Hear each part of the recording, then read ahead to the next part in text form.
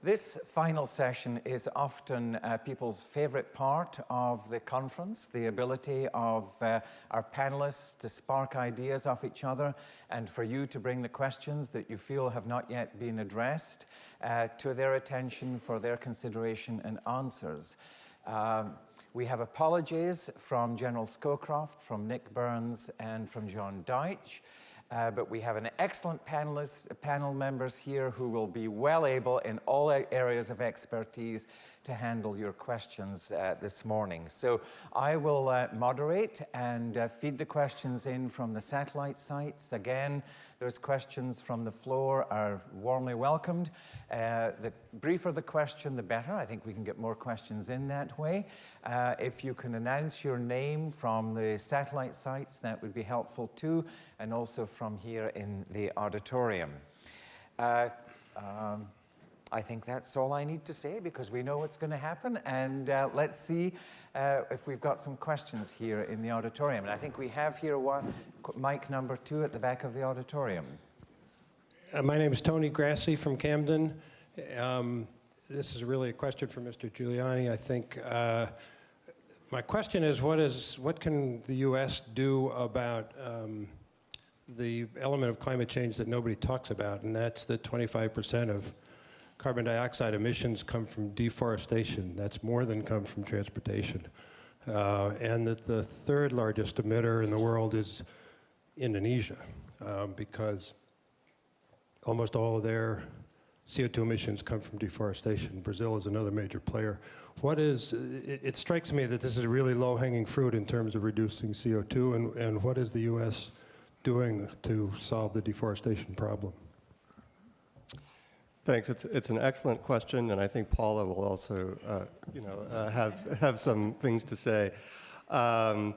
It is sort of low-hanging fruit, but it's the world has a bad back, and it's very difficult to, even though it's low-hanging, to get to it often. It does seem like an obvious area. And it is something that we have to address, and it's a way to get countries like Brazil and Indonesia into the process. And there are a number of different propositions for how to do that. At the same time, it's also probably the trickiest area, I think, in the international negotiations and why they've been put off for so long.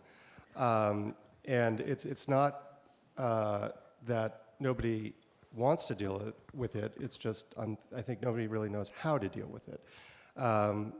With forestry issues, it's very difficult to measure accurately what the carbon content of forests are. Science is getting better at it, but it's still a ways away from being at the level which you would need to be able to quantify and have it in a market system. There are problems of permanence, risk that a forest is going to burn down or die from disease. And then, perhaps most importantly, a problem of leakage, so that if you stop cutting in one area, how do you know that deforestation just doesn't get shifted to somewhere else? So these are just amongst the major problems with dealing with forestry issues. That said, about 30% of what I'm working on these days is carbon offsets and offset policy. And forestry is definitely one of those areas that's getting a lot of attention and an increasing amount of attention. But I think that it'll also be an area that is probably going to come after we get the next comprehensive agreement, probably not at the same time. Because getting the agreement itself is going to be hard enough, and getting agreement on forestry is just that much harder. But Paula, I'm sure, has an opinion. I just wanted to add, I think Tim first is right in saying that it's a difficult issue, and it's one in which there hasn't been a series of negotiations that have concluded in results. But having said that, let me say, though, what is the good news? Over these last years, one of the things that I have noticed, starting, and you mentioned Indonesia, in the UN Framework Convention on Climate Change meeting in Indonesia, the Indonesians themselves put this issue as a priority on the table. And as part of the document that came out of that, the international document that came out of that series of negotiations, I think the good news was that it was placed front and center on the table for discussion and negotiation. In last December's UN Framework Convention on Climate Change meeting, which was held in Poland, again, there was no conclusion, which is, I think, a fair statement, but for the first time, there were lots of very good ideas put forward by different countries. You also had meetings by Conservation International, which is putting this issue as its #1 issue and trying to think through what are some concrete and tangible proposals that could be put on the table and that could actually make sense. So the silver lining in this is, for an area that had not gotten as much attention before, it has. We also have Gareth Evans at the table. I think of Australia. Actually, in the sense, I'll say in a bipartisan way for your country, the Howard government and now the Rudd government has also put this as a key issue. Actually, a number of us went to Australia, where they brought a lot of countries together to try to figure out practical ways of dealing with deforestation and land management, addressing questions like, for example, Papua New Guinea, where a lot of their own livelihood is dependent upon good land management and forestry. How do you preserve that at the same time that you also are dealing with the regrowth of your forests? Those are the kinds of initiatives that are at least underway. Thank you. We're going to jump up to the balcony to mic number 3. Paul Holman from Camden and Orono. The Obama administration faces a very difficult decision regarding Ukraine and Georgia. Should we extend them a membership action plan, which in turn might lead to NATO membership? Or is this a rotten idea which the administration should quietly bury? Anyone want to? Tamara, would you like to I'll field the just ball take first? a quick stab at it. I think Gareth, in his remarks, gave you a sense of the approach that he would wish to see the Obama administration take. But it seems to me that that is the narrow question, and the broader question is the one that Gareth raised, which is, what is NATO for? And it seems to me that before decisions are made about extending membership beyond current boundaries, some decisions have to be made by the extant membership about the purposes and structure of the alliance going forward. I'm not sure I agree wholeheartedly with Gareth's sense of a different kind of collective security mission for NATO, but I think there's no question that in the post-Cold War era, we've seen a certain mission creep in NATO, and that without a lot of deliberation about what it means. So it seems to me that's the first step, and questions about expansion of membership should come afterwards. Just to add to that, if there is no reconceptualization of NATO's role, no serious rethinking about the possibility of Russia itself, assuming it satisfies the other criteria about democracy and human rights protection and so on, if there is no question of Russia ever being conceded, even conceptually, as a potential member of the entity itself, then it's a very dangerous business indeed to extend the Ukraine-Georgian membership with all the Article 5 protective guarantees that represents. The Russian capacity for making mischief in Ukraine in particular is almost endless, starting in Crimea, and one can assume that that's just going to happen. Georgia's capacity for making mischief itself under the present leadership is almost endless as well, and it's a very uncertain partner for NATO to be buying into, and I think even the most hugely enthusiastic other countries from Central and Eastern Europe who love the idea of expanding NATO must have had pause for thought in the aftermath of the succession of events last August. So huge care is needed on this. I frankly spent a lot of time in Europe talking to various countries about this sort of stuff. I don't see any serious enthusiasm anywhere for doing anything other than putting this one on deep hold until such time as the dynamics change one way or the other. Let me add, Dennis? taking a step back into the past, the initial NATO expansion was intellectually incoherent. The NATO idea is to protect Europe, and countries were brought into NATO before they became members of the European Union. This was absolutely, well, idiotic, I would say.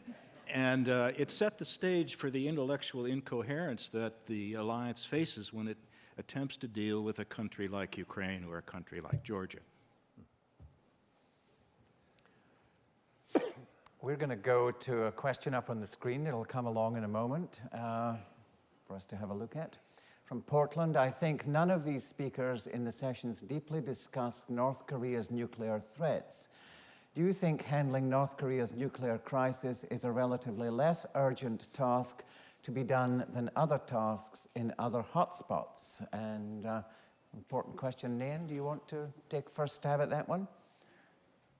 Yeah, I don't think it is a less urgent task because North Korea has clearly material for producing at least 6 bombs, if not more. And there are also unconfirmed reports about their having another secret facility to enrich uranium.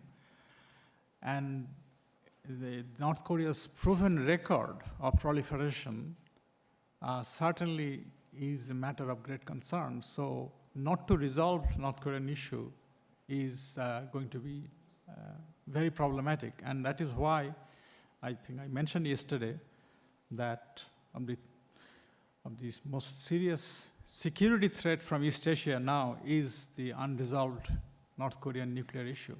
And so I agree with you that it is very, very important. Gareth?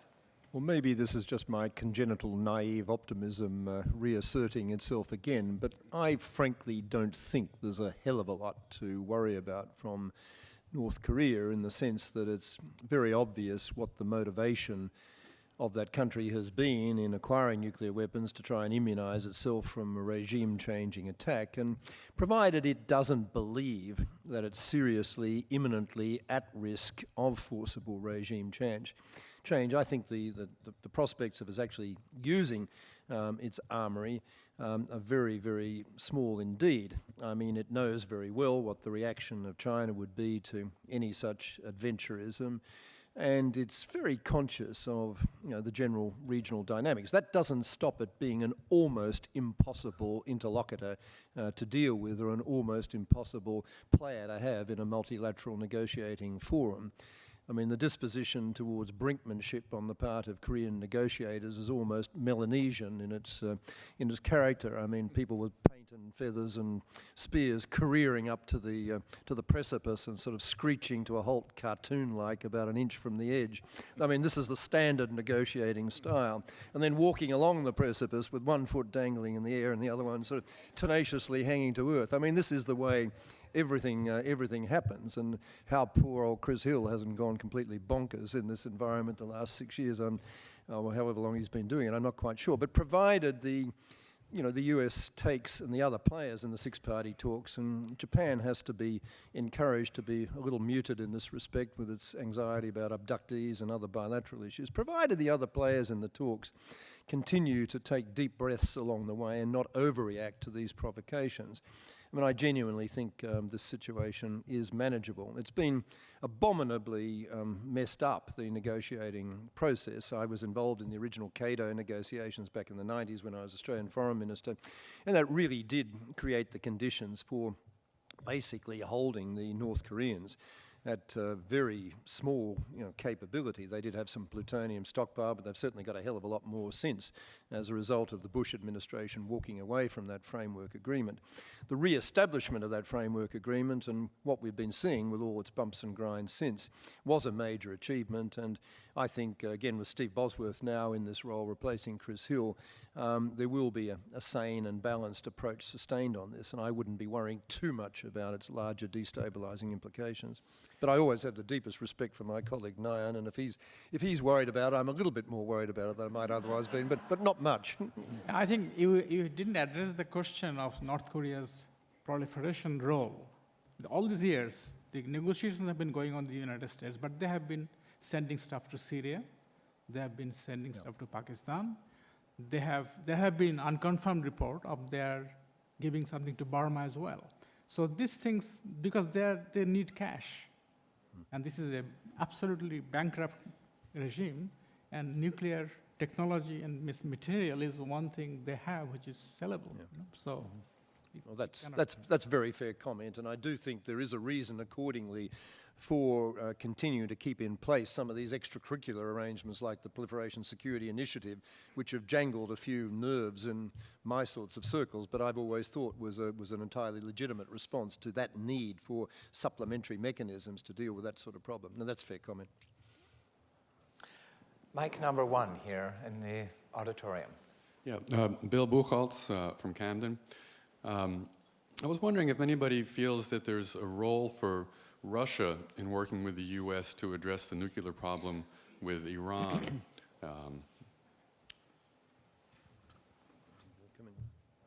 Well, maybe I'll start from a Middle East perspective and say absolutely there's a role. In fact, I think there's a necessity. And this is really one of those issues that John was talking about and that General Scowcroft was talking about, where the United States has to draw clear priorities and think about trade-offs. Because in order to achieve Russian cooperation on the Iranian nuclear issue, there may well be other issues on which the United States will have to compromise with the Russians. But the real question, I think, in engaging Russia constructively on containing the Iranian nuclear threat is getting a sense of really what Russia's interests are to its south in the Middle East. And the main interest is energy security. So if there are ways to satisfy those Russian concerns short of a close-knit relationship with Iran, which has the added benefit of getting everybody else in the world to pay more attention to Russia, then we need to think hard about how we can do that.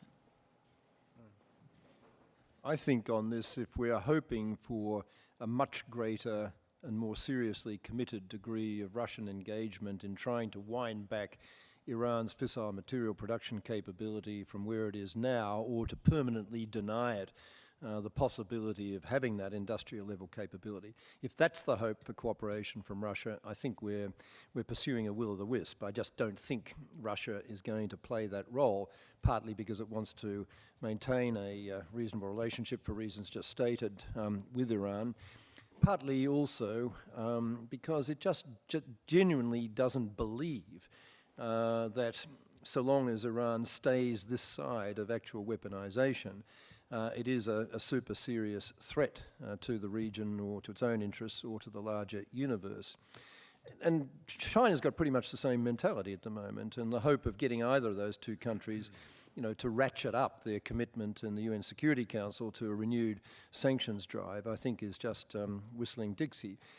The different story, though, and it's a very important part of my approach to this whole Iranian question, is I think both Russia and China feel very strongly indeed about the possibility of, well, the actuality of Iran acquiring a nuclear weapon, and would be very, very hostile indeed and go along with almost any appropriate responsive action if Iran were to cross that red line. So enlisting Russia and China as allies in the enterprise of drawing a big, stark, clear red line beyond which Iran must not trespass is very important.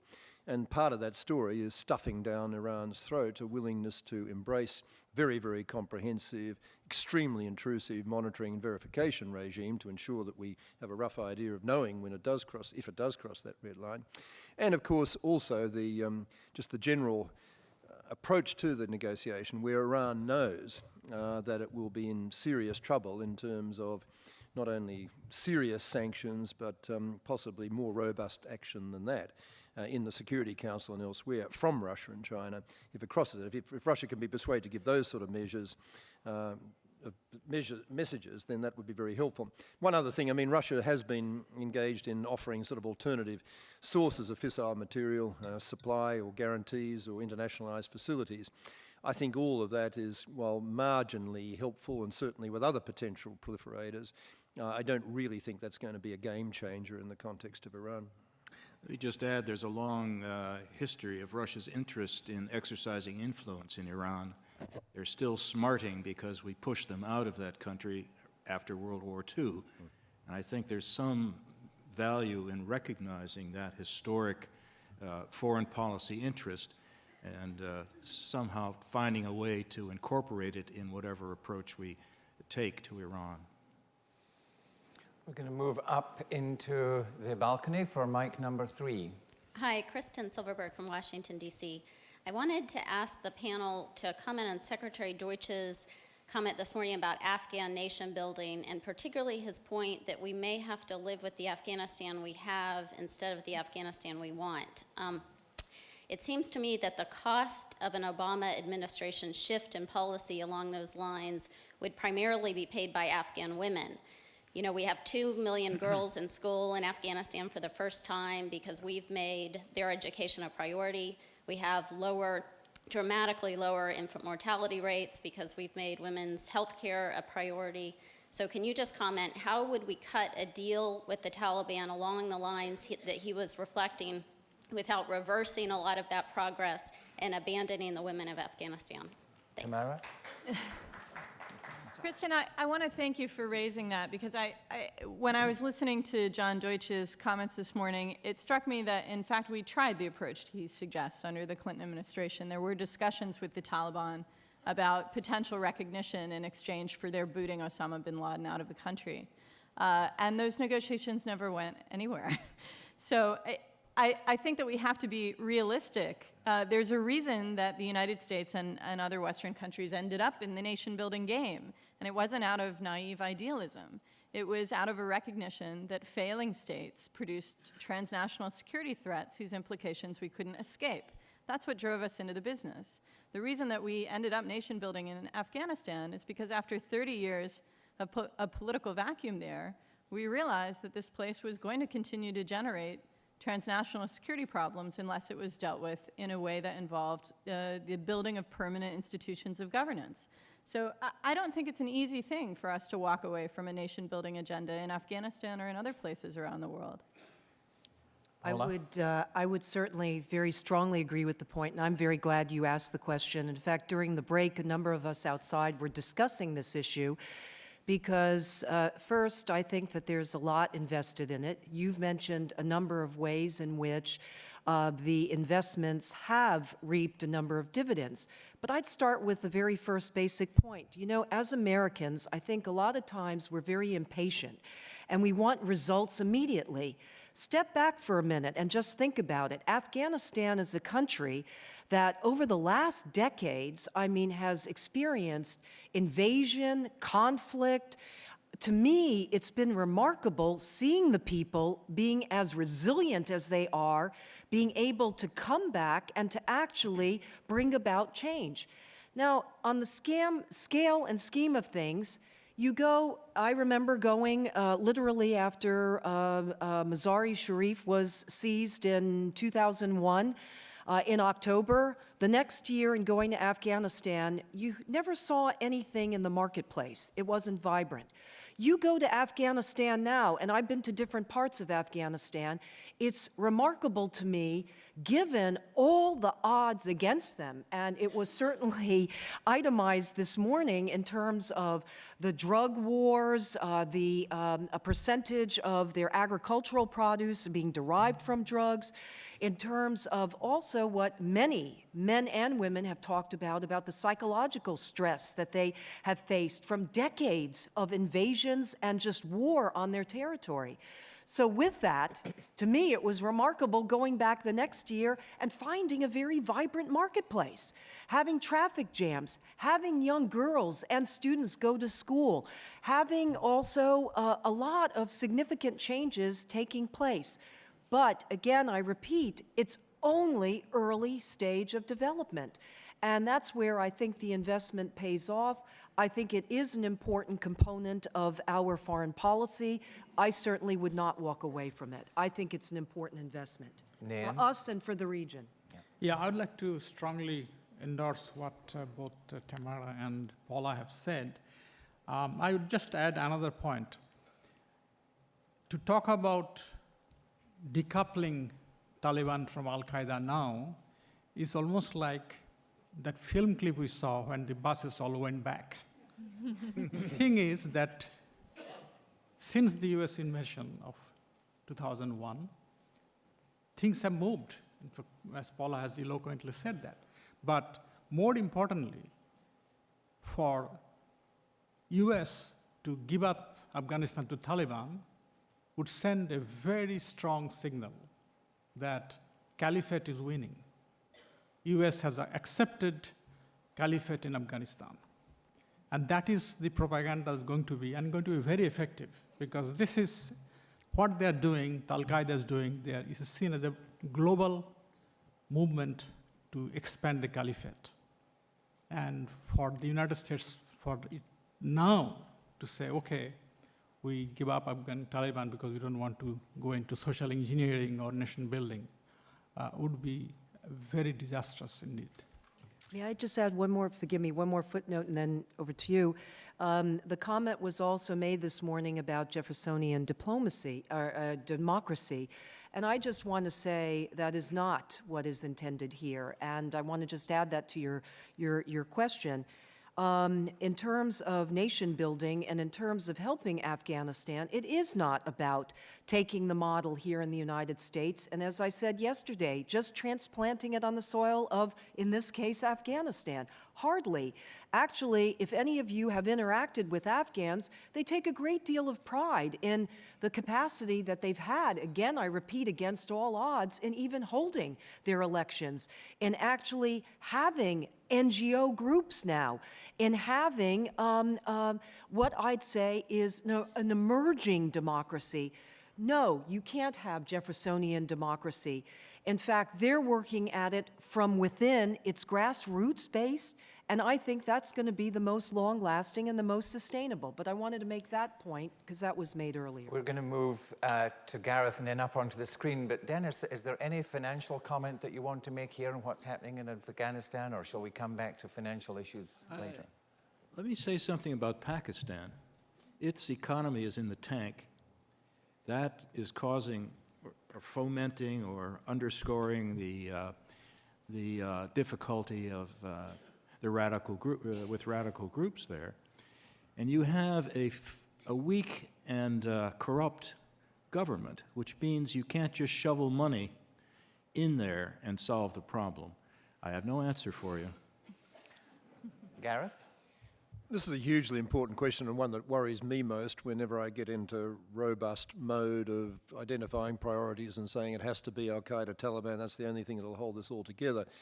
I've met some pretty creepy people in my life as a foreign minister engaged in public policy issues, including the Khmer Rouge leadership, some of them now on trial to negotiate that back in the late 80s. But I don't think I've ever met anyone creepier in my entire life than a guy called Gulbuddin Hekmatyar, who runs one of these militias that's in a sort of twilight zone between Al-Qaeda and Taliban, who started his career throwing acid on the faces of unveiled women on the Kabul campus, and then sort of, went downhill from there. And really, really, really troubling to think that anyone like this could possibly be back in some position of authority. But just wishing it is not going to make it happen, and I don't think we can begin to underestimate the scale of the problem in holding this thing in Afghanistan together. I think we're almost certainly looking at a two-nation situation. The situation in the north and the west is very, very different from the south and the east. The battleground at the moment is really Kabul itself, and I think it's absolutely critical to hold the nation-building line there. But maybe the most that can be accomplished on even the most optimistic assessment of how all this stuff can work out in the period ahead is just to sort of consolidate something resembling a basic human rights protective regime and a proper working governance regime in the north, the west and the centre, and be rather more pessimistic about the south and the east. Maybe some deals can be reached in the south and the east that are sort of parallel with the kind of deals that are generating a lot of neuralgia at the moment in the Swat Valley in Pakistan, where there has been some willingness to allow Sharia law to apply, but in a way that seems to be a rather more moderate form of it than the extreme form that's led to that school burnings and girls being inhibited from going outside the door. That's been the worry there. So maybe, just maybe, it's possible to work on this kind of set of outcomes in Afghanistan, but for God's sake, don't underestimate the degree of difficulty. It's so far been a pretty conspicuous failure to hold all this together. So we're going to have our next question up on the screen, but Tim and Paula, can I ask you to bear in mind a theme that was mentioned in the audience here about the melting of the Arctic and what the effects of that. We're going to come to that fairly soon, but just be thinking about that. So from Merton Henry in Portland, in the Western Hemisphere, Cuba is a symbolic issue comparable to Israel, Palestine in the Middle East. What should the Obama administration policy be toward Cuba? Well, we haven't even mentioned Cuba in all our deliberations here, so let's just jump in here. There's financial issues to do with the blockade, and I was going to say, the Obama administration has stated, I don't know if you're aware what it does want to do vis-a-vis Cuba. It has indicated that it wants to open up travel so that having Americans go and having the United States open to Cubans coming here. And then the second thing was relegated to remittances and having remittances also be able to go to Cuba. I've just joined the board of Freedom House, and Cuba is one of the countries that Freedom House is looking at very closely. I will say this, I think that it's fair to say there's been great concern from the standpoint of such an institution as Freedom House in the record on human rights, and in terms of the many political prisoners that exist in Cuba. So I think there's a real desire to try to find ways forward and strategies that will have an impact on lives of people who are being affected right now. So from that perspective, not so much the economic, but the political perspective, I would say that in terms of these particular measures, I think there are some who are open to such engagement and hoping that maybe that might have an impact for the better politically and on the human rights, what still remains to be a serious human rights situation and problem in Cuba. Dennis, any financial insight here on Cuba? Well, just the political mix is changing. I mean, the Cuban redoubt in Miami is undergoing generational change, and there is an existing and growing set of economic interests in the United States, particularly in the agricultural community, that's been pressing hard for opening. My general take on it is we have a policy that's failed for 40 or 50 years. It might be wise to try something new.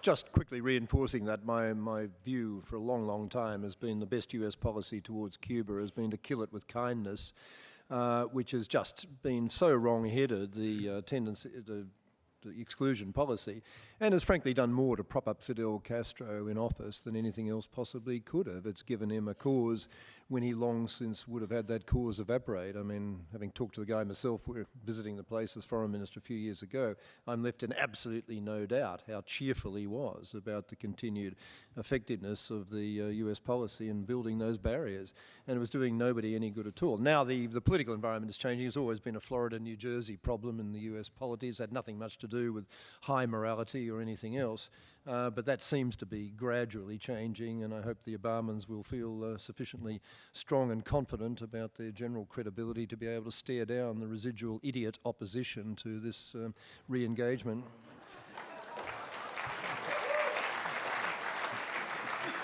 So, lest we let climate change drop to the bottom of our agenda here, and it's a very important issue, I'm going to introduce this issue that our friend from Southern California mentioned earlier about the melting of the Arctic ice. And so, Tim, do you want to deal with this first? Yeah. Well, first, I'd briefly say that I think that global warming's melting of the ice floes in the Florida Straits has created tremendous opportunity with Cuba. But that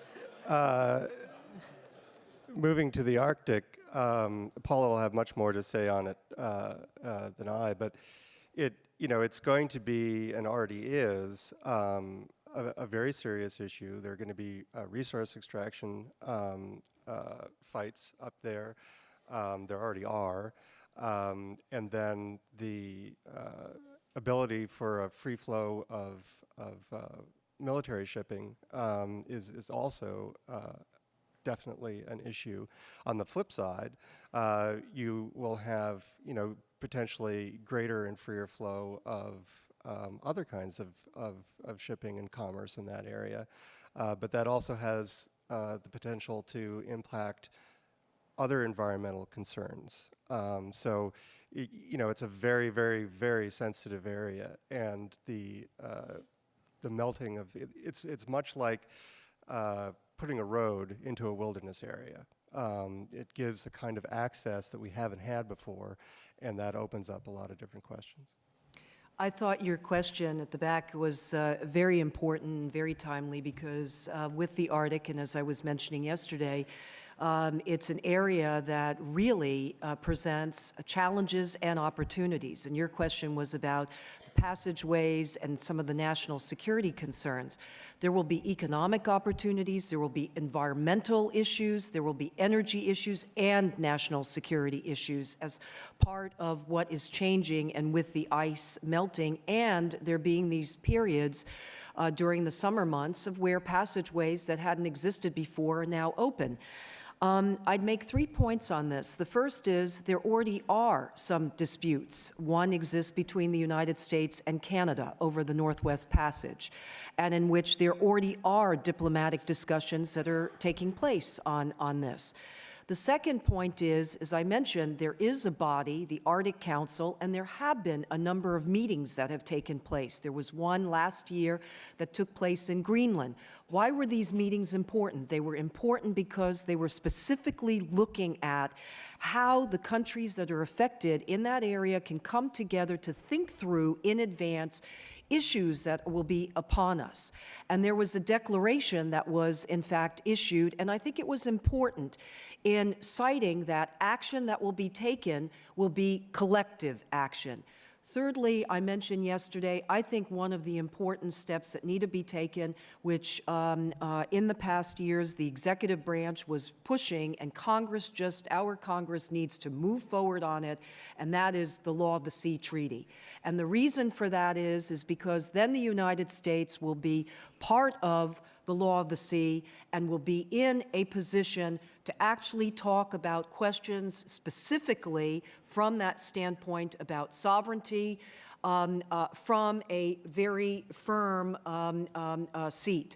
And that has been one of the actions we've wanted to see. I hope with our new Congress that they move on that and that we do see actually the United States ratifying the Law of the Sea Treaty. But your question, I think, was a very important one and one which we're going to see much more activity going on in that area.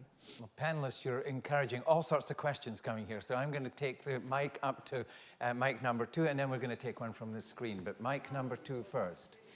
Coralie Murray from Camden, and everything that's said here suggests the urgency of providing accurate information to the public. My concern is the huge amount of power wielded by television commentators, influencing information provided and blurring the line between news and opinion. Do you see this as a problem, especially with the demise of newspapers, and can anything be done about it?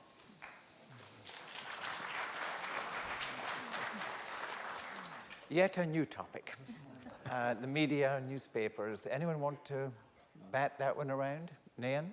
Yeah, it is a very, very serious problem, especially for 2 reasons. One is that a democracy is effective only when the citizens are informed and can take part in decision making.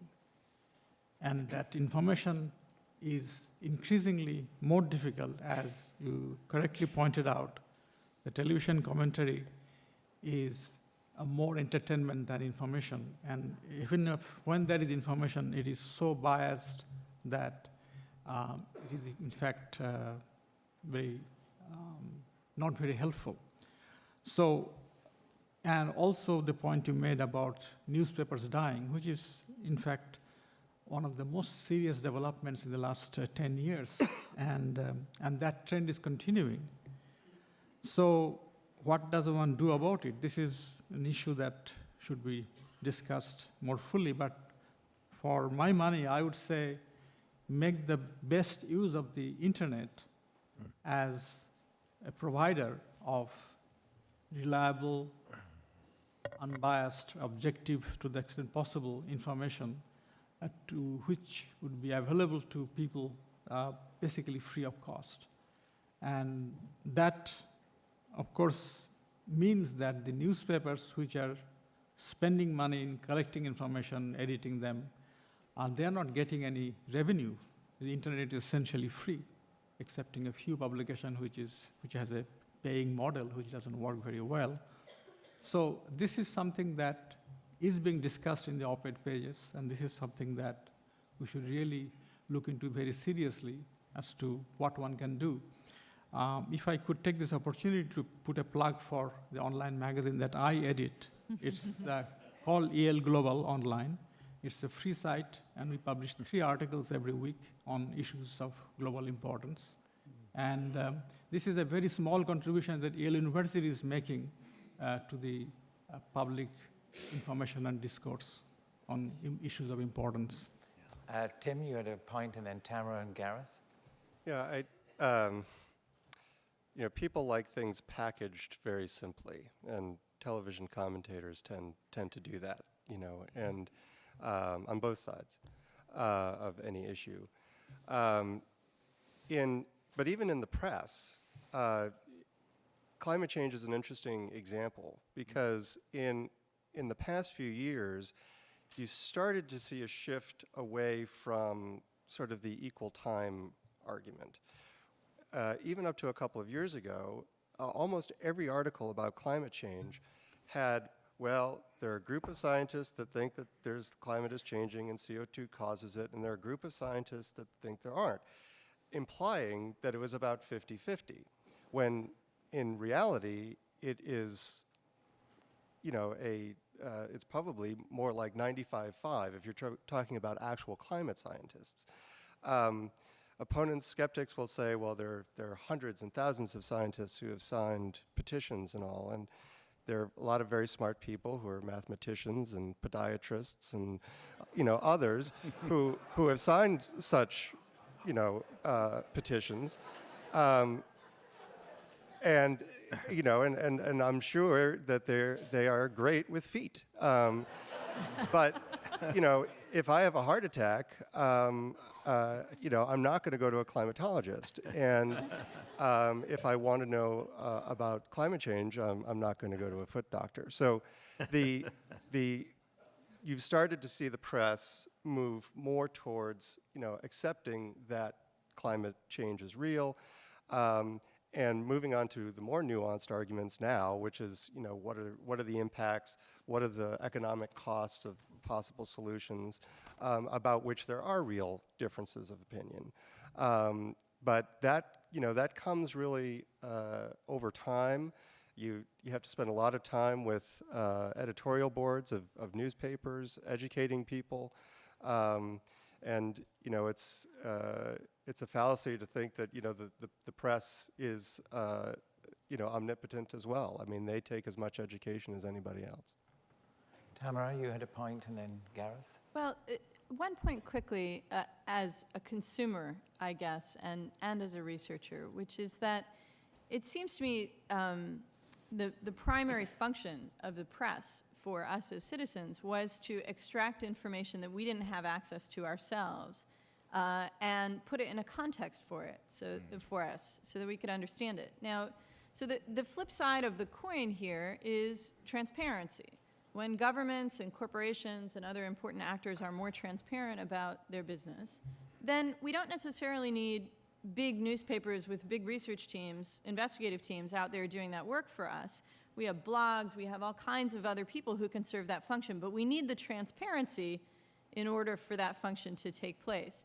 The one exception here, though, interestingly, is in foreign affairs and foreign policy. It is much, much harder for American citizens to get good information about what's going on in other countries without the help of those foreign bureaus of the New York Times or the Washington Post or what have you. So when the newspaper industry really began to suffer and a lot of papers started to shut down their foreign bureaus and networks also to shut down their foreign reporting, I think that the quality of news in the U.S. on foreign affairs began to decline precipitously. So I don't know yet how to address that gap, but that's something we can think about. Just very quickly, to reinforce what's been said, I mean, as a regular visitor to the US, I have to say I can never sort of quite overcome my bemusement at how this eminently sophisticated and civilized country can produce on television such a sea of lurid, technicolor, prejudiced, one-dimensional pap that passes for...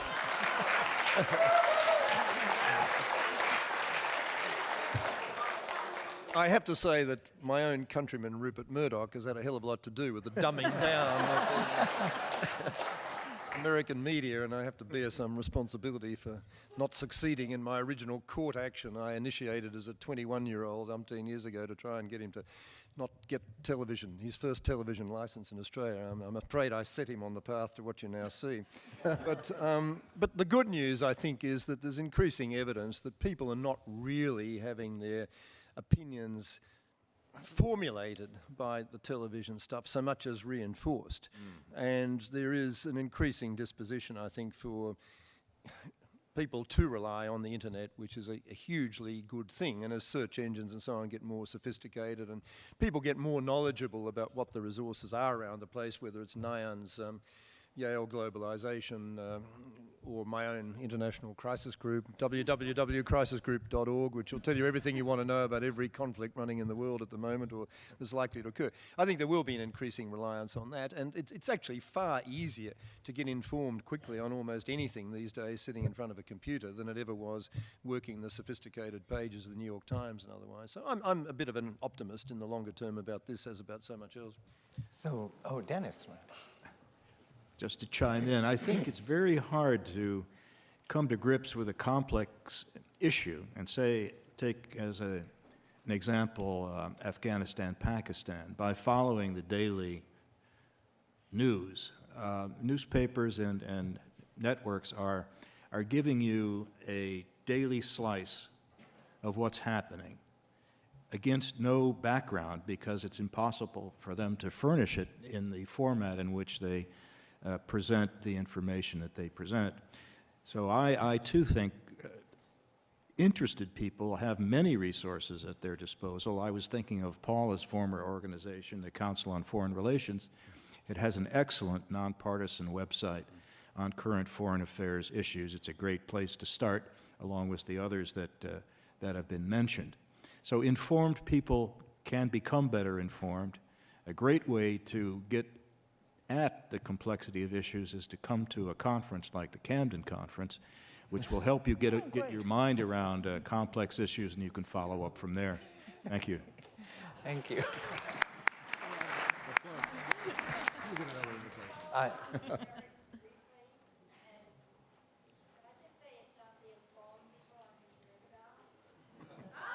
Thank you. We're going to go up to the question on the screen now to see where this is going to be from Rockland, from Diane Schetky. To the panel, in your opinion, what are the 3 most important things we can do as individuals to lessen global warming? So 3 most important things that we can do as individuals to lessen global warming, from Diane Schetky. Tim, it's right. Definitely put up signs on your lawn. Those stop global warming signs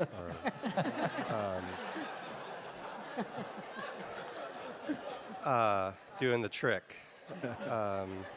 But you have to put them up in Chinese as well. That's the other. Obviously it's a difficult question because we all do things that we know we shouldn't. I drive to work probably about half the time because it takes about a quarter of the amount of time as it does to take public transportation. It also keeps me motivated. I figure, the more carbon I'm emitting, the harder I work. But so you know, I only really changed over to CFLs at home just a couple of years ago, you know, but these are all things that we should do. You know, we all know the things that we should do when it comes to our lifestyle. We can also vote. I mean, that is another one of the critical things that everybody has a responsibility to do. For those that vote for those folks that are looking to engage on climate solutions seriously. And I would say, you know, we can look also to a certain degree. Everybody is talking these days about carbon offsets, and should I buy offsets, you know, in my own private life or as a company. And you know,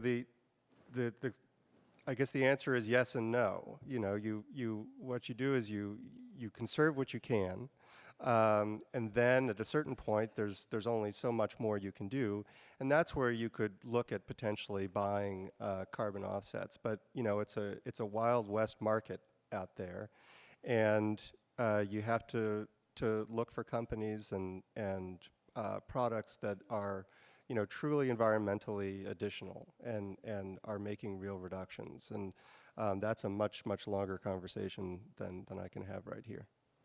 Paula? Thanks. I, if I may, with your permission, wanted to expand this question because I think you answered it in terms of the individual.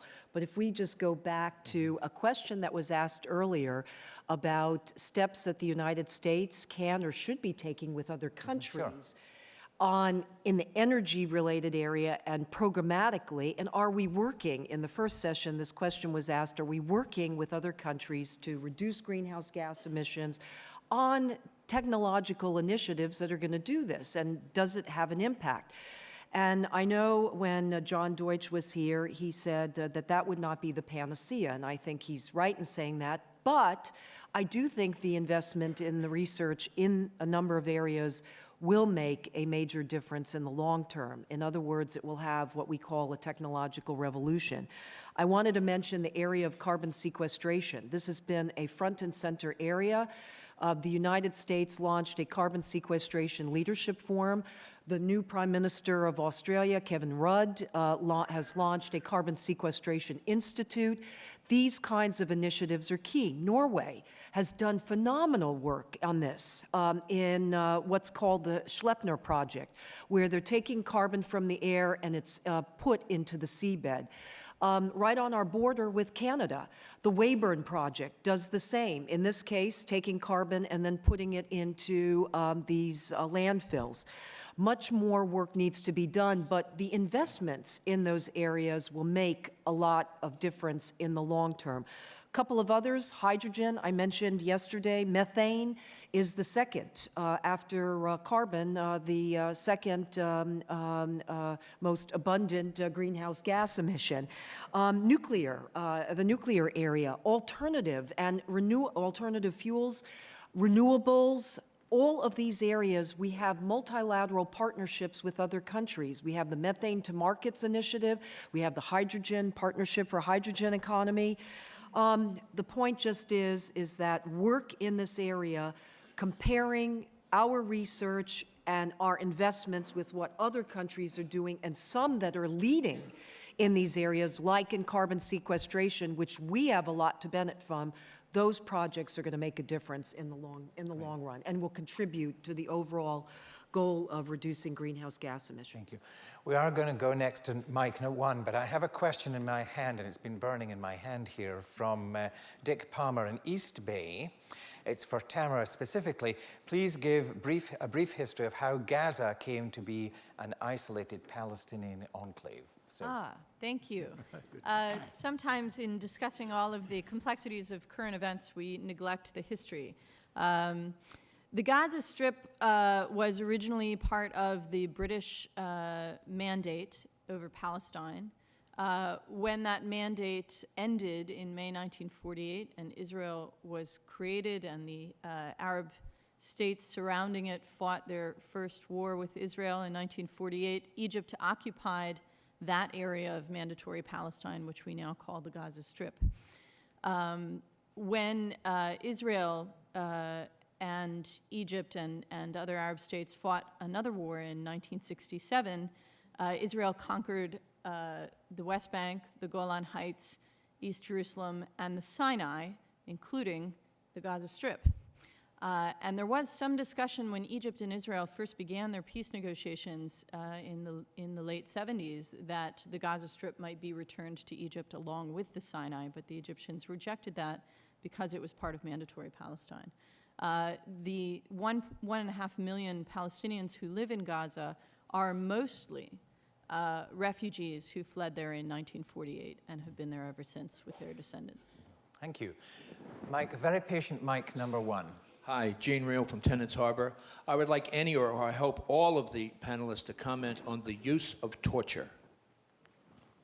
So, thoughts on the use of torture? Who wants us to? Oh, Dennis. Thank you. I'm opposed. I don't think it works. I think that's the short answer. Whatever the moral objections one has, they don't always count for too much in the heat and dust of conflict and anxiety about terrorism and everything else. But all the best professional evidence is that all that happens when you torture people, you sure as hell get confessions, but as often as not they turn out to be utterly false and unhelpful. And that's the basic wisdom, I think, in this whole enterprise, just how stupidly counterproductive it is, as well as undermining so many other things about your capacity to proclaim consistency in the pursuit of values and all those other soft power things, which just get terribly, terribly eroded if you go down that particular path. There's also reciprocal anxiety from troops in the field and anyone actively engaged in these conflicts, that if you're torturing the other side, as sure as hell increases the opportunities that you'll be tortured in return if you're ever captured. So from a purely defensive point of view of protecting the morale and the physical integrity of your own people, it's a stupid thing, again, to get caught up in doing. And do you have a comment here? The futility of torture has been documented most graphically in a torture center in Cambodia that the Khmer Rouge ran. It's called Tuol Sleng in Phnom Penh. I spent some time there reading the confessions written by people before they're executed. And these confessions are tissue of lies. They were told in the hope that they'll be spared. So one person says, yes, I worked for the CIA. I also fought KGB. He worked for all the agencies possible. And that was the kind of confession that has been accumulated in Tuol Sleng prison. So if you need an evidence that torture does not produce good intelligence, go to Tuol Sleng. Thank you. Let's go up onto the screen here for our next question. From Belfast, for Paula Dobriansky, hasn't the role of non-governmental organizations been gravely undermined by two factors? First, the co-option of NGOs through government funding promoting government agendas, and two, the militarization of humanitarian aid and international development with the increasing use of armies in the dual roles of fighting wars and providing aid. I'd say to you, Mary, I think it's an excellent question, and let me clarify what NGOs are doing. First, NGOs are concerned about both of the points that you have made. On the first one, about governmental funding, in fact, many NGOs, actually, I think the majority now, only get a certain percentage of their funds from the U.S. government.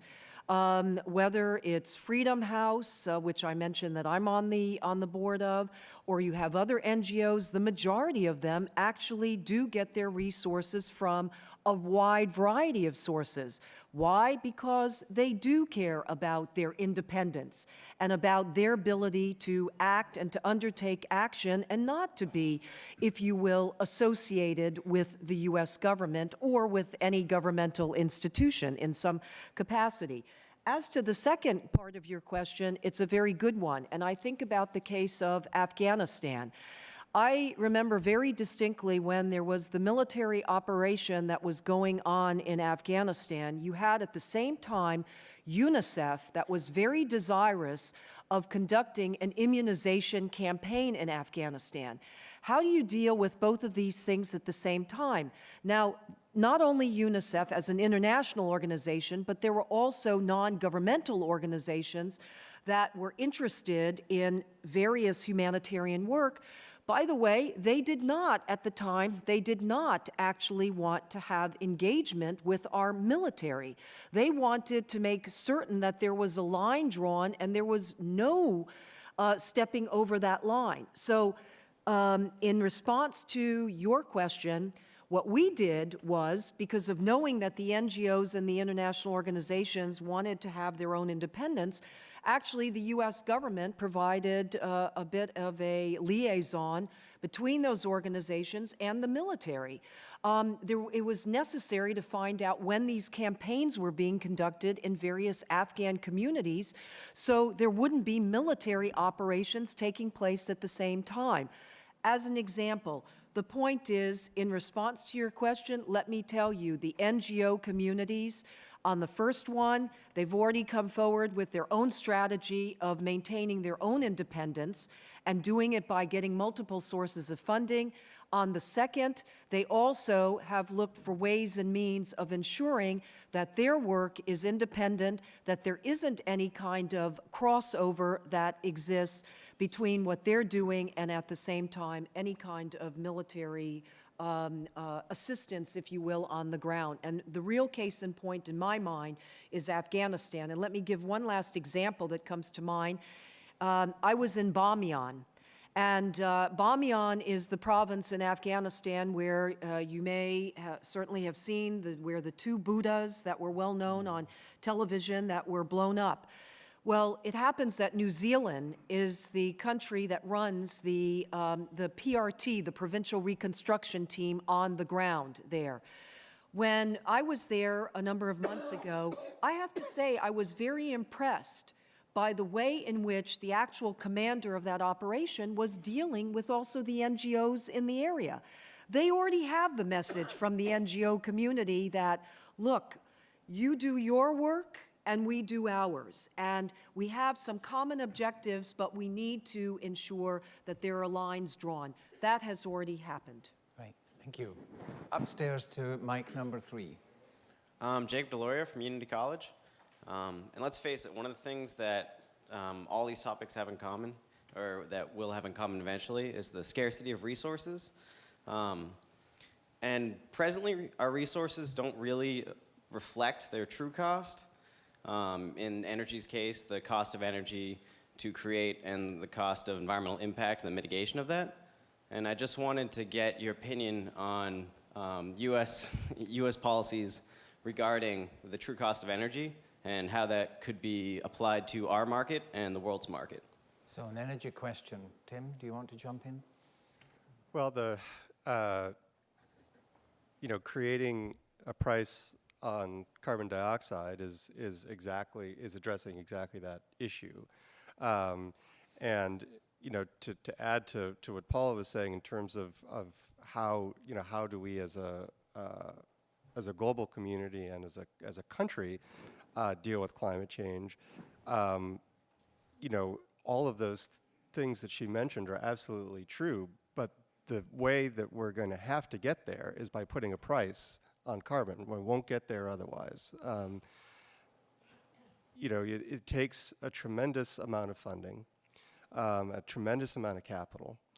You're talking about at least $1 trillion to upgrade and expand the capacity of the electric power industry in this country over the next 50 years. These days, trillion doesn't sound that big anymore, but I mean, it's still a lot of money, so you need to get the private sector involved in it. The companies that I work with on Pew's Business Council and US CAP, many of them are working on climate solutions, and they're looking to make money on climate solutions. And I have absolutely no problem with that. I encourage it.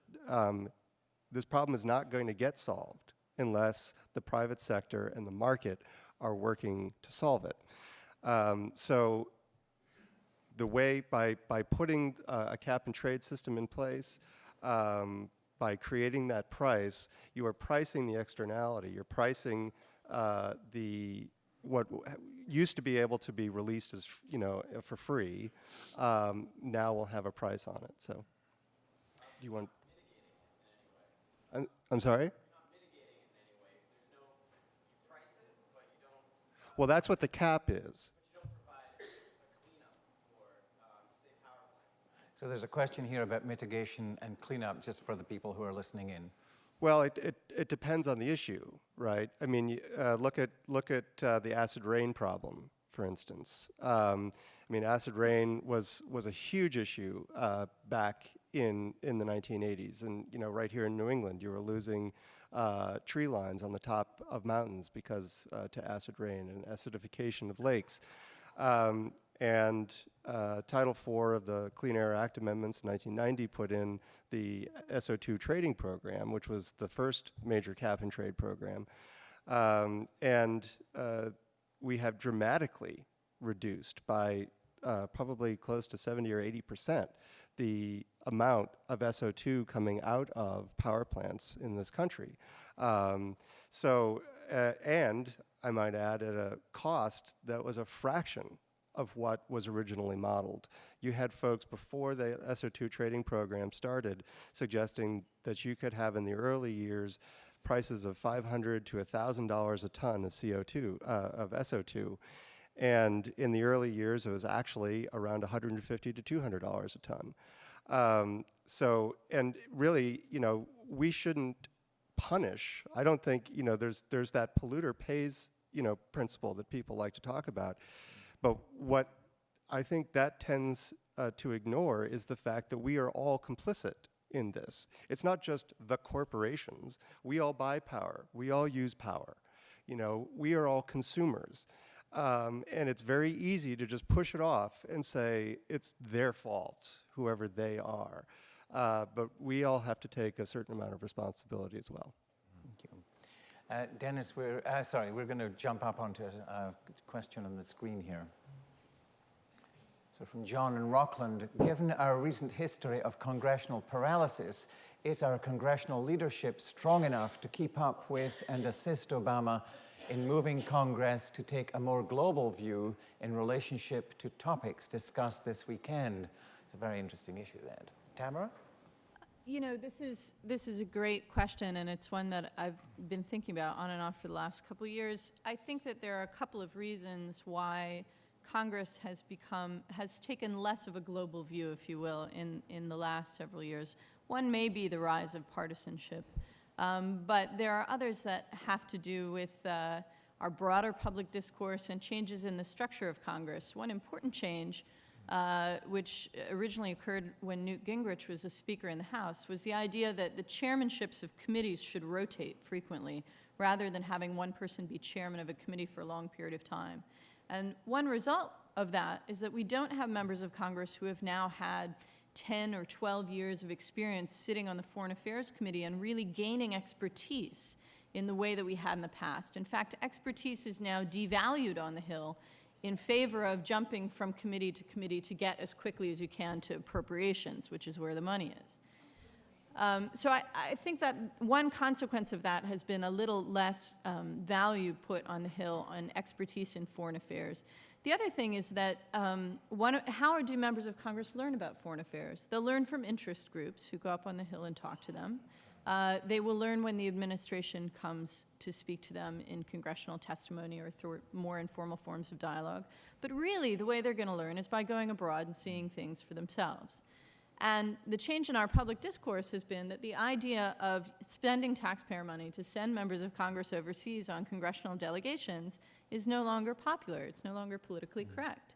And there's a wonderful column in the Washington Post that all of us read obsessively called In the Loop, which goes on about the doings of the political celebrities in our hometown, but it also takes the opportunity every time a member of Congress goes on an overseas trip of chiding them and noting their itinerary, whether they have time for shopping, et cetera, et cetera. And this really, I'm quite serious, this really puts a damper on congressional interest in taking these trips. except to places that are clearly hardship posts where there are U.S. troops stationed, like Iraq and Afghanistan. So I think if we want our members of Congress to be more knowledgeable and more engaged in foreign affairs, we have to give them the support to do that, and that's a job for all of you. First Dennis, then Tim, then on to microphone number one. Just two comments. Of course, paralysis is built into the design of our government, so it's a problem that the founders thought they ought to create, and it, of course, has its downsides. I am very pro-junket myself, and having been abroad and having had to manage these CODELs, or congressional delegations, I can tell you it imposes quite a burden on our embassies and consulates. But one thing about the junkets is they are normally bipartisan. And this is a tremendous advantage. And when you deal with congressmen and senators who come to you in a group and want to know about your country and your issues and so on, it's Republicans and Democrats. And in that setting, they put aside their partisan differences and they concentrate on the issues they're trying to address. So one way to get bipartisanship is to send them overseas. Exactly. Tim. For extended periods.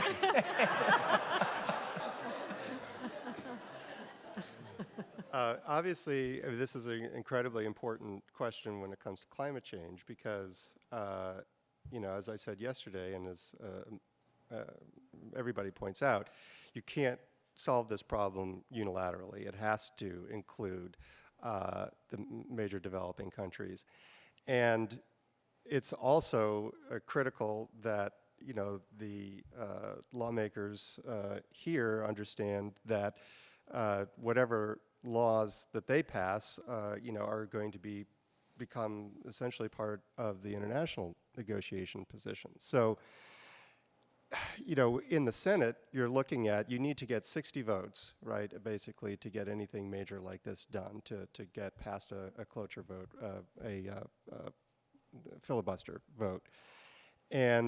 But with climate change, it really needs to be 67 votes, because that's the threshold for treaty ratification. So they have to be thinking ahead towards that in the Senate. And now that's something the House doesn't have to think about, but something they should be thinking about. And we'll see over the coming months how much they do. They also have to be thinking about the U.S. negotiating position in Copenhagen and thereafter. We saw last time that it didn't work so well when you send the negotiators out, negotiate something, and try to bring it back and shove it down Congress's throat. I mean, the Byrd-Hagel resolution, which passed virtually unanimously, was actually aimed at the Berlin Mandate, but it directed, in Kyoto, not to come back with a agreement that didn't include commitments from developing countries, and we came back with a commitment, a treaty that didn't have commitments for developing countries, and so it was never brought to the Senate, and we don't want to make that mistake again. We have about 5 people who want to use mic number 1 down here, so let's get the first one. I have to step back for the camera. Reuben Brown, Rockport and New York City. Denmark produces 40% of its electricity from combined heat and power using simultaneous or sequential production of electricity and heat. The technology has not been available at the residential level until very recently, and it is now available through labels such as free watt using Honda generators and so on. The immediate concern I raise goes to the decision, or the joint decision on Wednesday by the President and the Prime Minister in Canada to focus a lot of the U.S. stimulus dollars on a joint endeavor for all kinds of research and applications with Canada. How can something like a more established technology that's just beginning to break out in fresh ways in North America and elsewhere be brought to the front of those issues? And the way I'm going to phrase it to Paula is that in the trade agreement with Canada on automobile manufacturing in the 70s, we saw a major reshaping of the functions inside the State Department to service this with respect to other agencies. In your remarks yesterday, you indicated Secretary Chu is going to be the vigorous leader on all this. My question to you is, how would you reshape the State Department to play a major role in these functions, and certainly it could advance CHP as I like it. Tim, CHP, and then secondly, or lastly, your cap and trade problem sets up the issue that cut out an activity that new power plants were putting in the early 90s, or early 2000s, which was to plant trees in Guatemala, or plant trees where his forest burned, or something like that, and get credit for it here. Are we confined by national borders here, or do we have, in effect, non-tariff barriers to climate change measures? Thank you. Paula? On the first part of the question, as to what changes could be made at the State Department, first I'd say there's a mechanism that's been in existence, and from administration to administration, it takes different shapes and forms, and that is a robust interagency process where you have to have, on an issue such as the one that you've identified, a really good interagency effort that brings the Department of Energy with USTR, because for the matter what you've put on the table, whether it's Denmark or whether it's Canada, you have to have the United States Trade Representative's Office at the table, as well as the State Department. And in terms of the State Department, it can't only be the line, the global line that has environmental issues, it also has to be the economic line in this, naturally. It's essential that that team comes together along with the White House in this new administration. You have a number of players. You have Carolyn Browner, who has been put forward as a coordinator. I think the notion of having a coordinator is a good mechanism and a useful mechanism. I hope that it can have an effect in bringing together players like from these different agencies and targeting these kinds of initiatives and saying, look, let's work together, let's look at our resource base, how could we apply it? In the last administration, the organization was a bit different. It was bringing Commerce and the Department of Energy together. I think that's also, I didn't mention Commerce. Commerce also has a very pivotal role in this. But just the point again is, I think the most effective strategy is where you have really a good interagency process by which the private sector could come into, you can raise new ideas, and you know that they're going to be put on the agenda and actually discussed, and all the key players that need to be part of it are going to be part of it. Because the very question you asked, it's just not the role of just the State Department. I've mentioned all of the different agencies, and there are even a few others in this that have to be part of that effort. Tim, yes, but while Tim is answering, can I ask you to give attention to your evaluation forms? And let's multitask here. We can both listen to Tim and we can fill out our evaluation forms. There's actually, there have been discussions about creating a National Energy Council in the White House on the same model as the National Security Council. It's still unclear, if that's going to happen, or whether Browner will lead that team, or whether it come out of the Council of Environmental Quality, but it would bring together a lot of these heads. Of course, we need a Commerce Secretary still. I've heard people say, well, you don't have any commerce, why do you need a Commerce Secretary? But, I guess it's aspirational at this point. In terms of combined heat and power, I think it's a critical part of the solution. There's actually, there's an EPA program on combined heat and power, but it's one of those technologies that always fights to get into bills because it's not widely known. As far as the confining a cap and trade program to national borders, a cap and trade program actually doesn't have to. In fact, we're very strong proponents for the inclusion of offsets in a cap and trade program. as long as they're all the good things everybody talks about, additional, permanent, real, verifiable. And as we've talked about earlier about forestry, planting trees in Guatemala is one of those areas that's very difficult to determine all of those things. But international offsets as well as domestic offsets can absolutely be a part of a cap and trade program, and also a way to help contain costs so that it doesn't get repealed 2 years later. Folks, I'm going to ask your patience. I know you've got lots of other questions you want to ask, but our panelists really need to move along here. This is the end of school vacation. We all know that the security at Portland Airport is very important because that's where the events of 9/11 all started. And we're going to wrap this up now to allow our panelists to move along.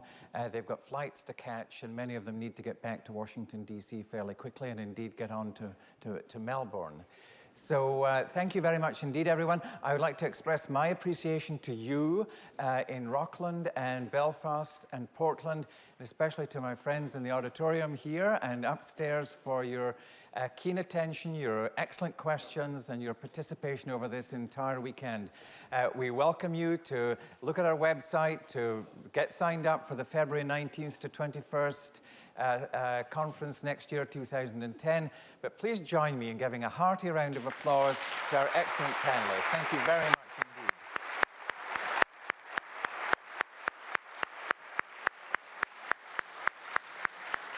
Thank you.